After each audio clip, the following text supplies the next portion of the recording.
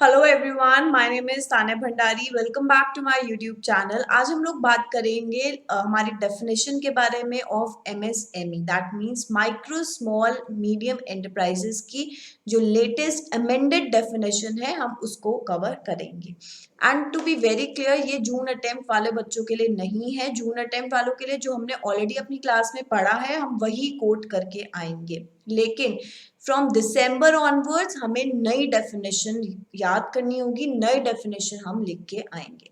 तो चलिए स्टार्ट करते हैं। अब हमें पता है कि एमएसएमई में कौन से दो सेक्टर्स आते हैं। हमें पता है एक हमारा सेक्टर आता है मैन्युफैक्चरिंग सेक्टर, और दूसरा सेक्टर जो इसके अंदर कवर होता है वो क्या है, सर्विस सेक्टर। तो आज भी वही सेक्टर्स कवर होते हैं, लेकिन पहले क्या था, मैन्युफैक्चरिंग सेक्टर के लिए एक अलग इन्वेस्टमेंट का क्राइटेरिया था इन प्लांट एंड मशीनरी, उसके हिसाब से वो डिटरमाइन होते थे in micro small and medium enterprises.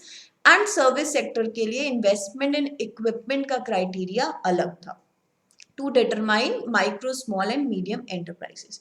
लेकिन अब मेरी लेटेस्ट डेफिनेशन के हिसाब से एक कॉम्पोजिशन आप बोल सकते हो कॉम्पोजिशन क्राइटेरिया लेके आया गया है। दोनों के लिए एक ही क्राइटेरिया है, भले आप मैन्युफैक्चरिंग से डील करते हो या आप सर्विस सेक्टर्स में आते हो। एग्जाम्पल की अगर मैं बात करूं, मैन्युफैक्चरिंग में कौन कौन आता है, देखो आप लेटेस्ट एग्जाम्पल जो हमारे आजकल के हॉट टॉपिक्स हैं वो क्या है कि PPE kits, personal protection equipments, वो मैन्युफैक्चर्ड होती है, ठीक है। तो वो भी मेरी मैन्युफैक्चरिंग का एग्जाम्पल हो गया। देन अगर हम बात करें, मेरे लेदर प्रोडक्ट्स हो गए, फर्नीचर हो गया, या मैं बोलूँ और मेरे जैसे बाइसिकल इंडस्ट्री है वो हो गया। तो ये सब चीज़ें क्या है, या और जो लोकल पैक्ड फूड्स जो हम लोग खाते हैं वो भी क्या है, मैन्युफैक्चर्ड है, ठीक है। फिर अगर मैं सर्विस सेक्टर के एग्जांपल्स की बात करूं, तो सर्विस सेक्टर में हमारे सलोन्स आ गए, ब्यूटी पार्लर्स आ जाते हैं, देन रेस्टोरेंट सर्विसेज आ जाती हैं। तो ये कुछ एग्जांपल्स हैं मेरे मैन्युफैक्चरिंग एंड सर्विस सेक्टर से रिलेटेड।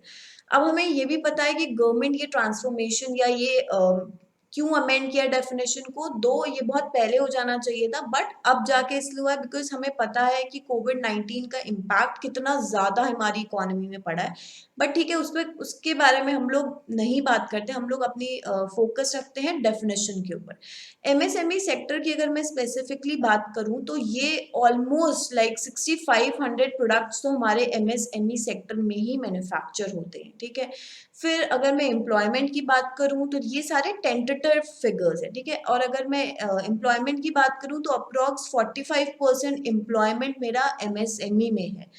देन अगर हम बात करें कि ये कितना परसेंट है जीडीपी का, तो हम बोल सकते हैं ऑलमोस्ट 10% चीजें हमारी एमएस जीडीपी का एमएसएमई कंट्रोल करती है। तो आप समझ सकते हो इनका इम्पैक्ट हमारी इकोनॉमी में कितना ज्यादा है। एंड अगर हम बात करें एक्सपोर्ट की भी, तो अप्रॉक्स 50% एक्सपोर्ट मेरे एमएसएमई के प्रोडक्ट्स होते हैं। तो जैसे हमने बात करी आत्मनिर्भर भारत की, तो उससे क्या है कि सेल्फ आपको इंडिपेंडेंट बनना है कि भाई आप इंपोर्ट कम करो एंड अपनी चीजों को खुद ही इंडिया में ही मैन्युफैक्चर करो, जिससे कि आप ज्यादा से ज्यादा एक्सपोर्ट कर पाओ और आपको वो चीजें जो आज आज की डेट में आप इंपोर्ट कर रहे हो वो कम से कम हो जाए। जैसे अब मैंने बात करी पीपीई किट्स की बात करूं, N95 मास्क की बात करूं, या रैपिड टेस्ट किट्स की बात करूं, पहले क्या हुई, ये इंपोर्ट हुई from China due to any reason. अब हम क्या कर रहे हैं, उनको अपने इंडिया में ही मैन्युफैक्चर कर रहे हैं। तो आपने डेटा भी चेक किया होगा, सुना भी होगा कि almost like 2 lakh per day each individual item हमारी कंट्री में मैन्युफैक्चर हो रहा है। एंड ये कौन सी इंडस्ट्री कर रही है, बेसिकली ये मेरी एमएसएमई कर रही है। अब जो मेरी लेटेस्ट डेफिनेशन आई है उसमें आप देखोगे ऑलमोस्ट मेरी हर एक मैन्युफैक्चरिंग इंडस्ट्री, या मैं बोलूँ service industry, up to certain level cover हो जाएगी। तो पहले की डेफिनेशन क्या थी, मैन्युफैक्चरिंग एंटरप्राइजेस की बात करें तो हमने बोला अगर आपकी investment in plant and machinery पहले अगर 25 लाख तक थी तो आप माइक्रो में कवर होते थे। अगर आपकी investment in plant and machinery आपकी अप टू 5 करोड़ थी, आप स्मॉल में कवर होते थे। एंड मीडियम की बात करें तो investment in plant and machinery up to 10 crore हम मीडियम में कवर होते थे।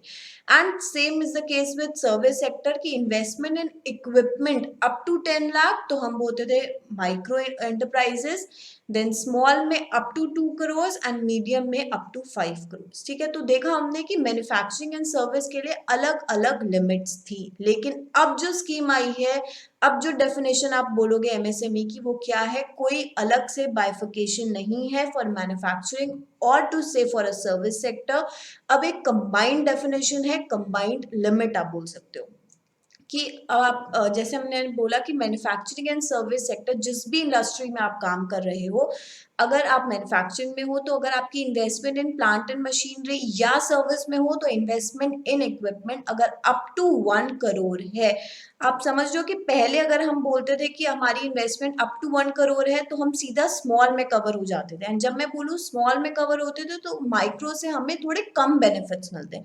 जैसे आपका जो इंटरेस्ट ऑन लोन है वो माइक्रो से थोड़ा ज्यादा होगा। हाँ, वो नॉर्मल कॉर्पोरेट से कम ही रहता था, लेकिन या नॉर्मल कॉर्पोरेट एज इन मेरी बिग इंडस्ट्री से कम ही, हैवी इंडस्ट्री से कम ही रहता था, लेकिन फिर भी माइक्रो से थोड़ा इंक्रीज हो जाता था। लेकिन अगर अब मेरी investment whether in plant and machinery और in equipment up to 1 crore है, एंड ये बहुत इंपॉर्टेंट है कि ये दोनों चीजें सेटिस्फाई होनी चाहिए और नहीं है, एंड है, दैट मीन्स मेरी investment up to 1 crore and मेरा टर्नओवर कितना साल का अप टू 5 करोड़ अगर होता है तो मैं माइक्रो में कवर हूं। आप देख रहे हो कितनी ज्यादा लिमिट बढ़ गई है। ठीक है, फिर अगर मेरा investment in plant and machinery और in equipment up to 10 crore and दोनों चीजें बार बार बोल रही हूँ देखनी है, and turnover up to 50 crore rupees है, तो मैं किस में कवर हो रही हूँ? स्मॉल एंटरप्राइजेस में। देन द लास्ट,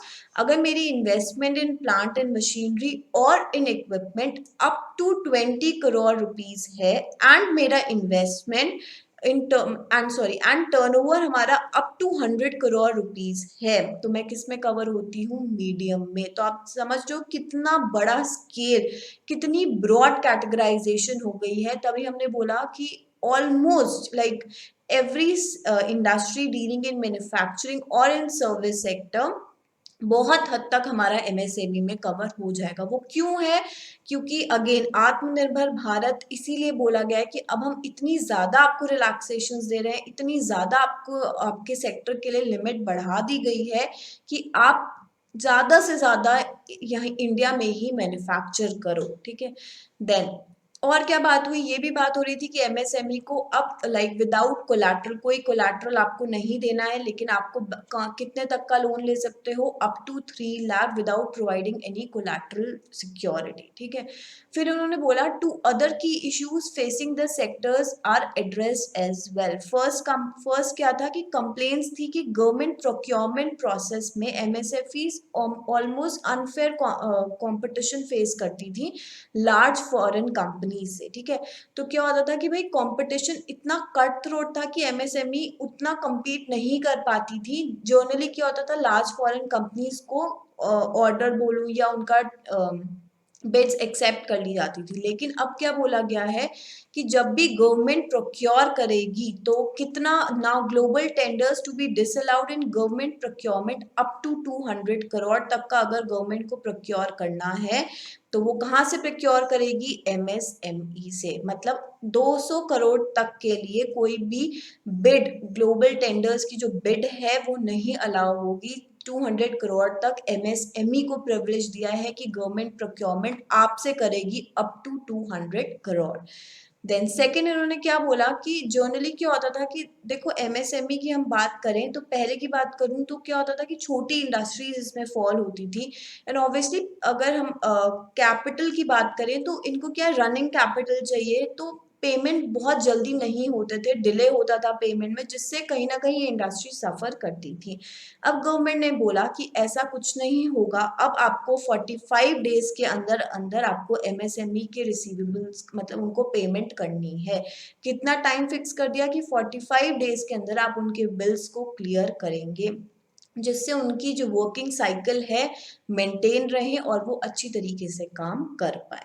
अच्छा, अब मैं अगर और बेनिफिट्स की बात करूँ टू कट शॉर्ट, तो हम बोल सकते हैं एमएसएमई को ईज़िली लोन्स की फैसिलिटी पहले भी मिलती थी, अब और मिलेगी। देन लोअर इंटरेस्ट रेट पहले भी थे, ऑब्वियसली पहले भी थे as compare to heavy industries, आज भी हैं कि इनको लोन मिलता है एज़ कम रेट्स पे मिलता है, ठीक है। देन ऑब्वियसली इन पे वो टैक्स स्लैब नहीं अप्लाई होता जो मेरे कॉर्पोरेट्स पे होता है। मैं बोलूँ 30% फ्लैट चार्ज होता है, लेकिन मैं एमएसएमई की बात करूँ तो काफ़ी हद तक बहुत कम टैक्स इन इंडस्ट्री से लिया जाता है।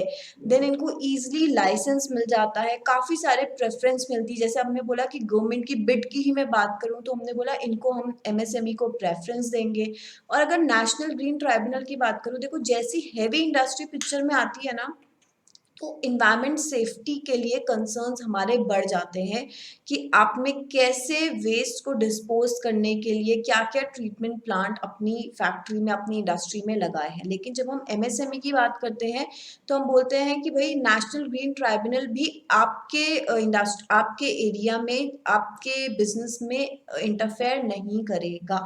एंड ऑब्वियसली वो इसलिए भी कि भई ये तो है कि आप सर्टेन नॉर्म्स तो गाइडलाइन आपको फॉलो करनी ही है, लेकिन बहुत हद तक अब बहुत ज़्यादा इंटरवेंशन एनजीटी का भी नहीं होगा, प्रोवाइडेड आप खुद अपनी साइड से सेफ्टी मेजर्स लेके चल रहे हो। लेकिन अगर मैं हेवी इंडस्ट्रीज़ की बात करूँ तो टाइम टू टाइम इंस्पेक्शन किया जाता है कि आप कैसे वेस्ट को डिस्पोज़ कर रहे हैं। अगर बहुत धुआँ आपकी इंडस्ट्री से निकल रहा है तो कितनी हाइट तक आपने अपनी बोल सकते हैं जैसे मशीन की हाइट क्या है, कहाँ पे आप अपनी इंडस्ट्री को एस्टैब्लिश कर सकते हो, तो काफ़ी सारे आपको एनवायरमेंटल नॉर्म्स भी आपके ऊपर लग जाते हैं।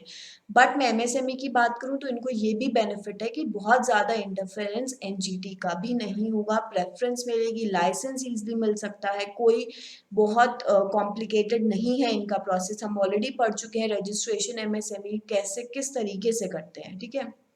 तो ओवरऑल हमारा आज के शॉर्ट वीडियो का फोकस क्या था कि डेफिनेशन हमें पता होनी चाहिए, बिकॉज अब not for June students but from December onwards अब जो भी डेफिनेशन एमएसएमई की कोड करेंगे वो हमारी लेटेस्ट डेफिनेशन होनी चाहिए। एंड ऑब्वियसली ये यहाँ से क्वेश्चंस आने के अब ज़्यादा चांसेस हो जाते हैं, बिकॉज देखो जब भी अमेंडमेंट आता है तो वो चीज़ जनरली पूछी जाती है, तो आपको पता होनी चाहिए कि लेटेस्ट डेफिनेशन हमारी क्या है। सो आई होप आपको आज की वीडियो अच्छी लगी होगी। सो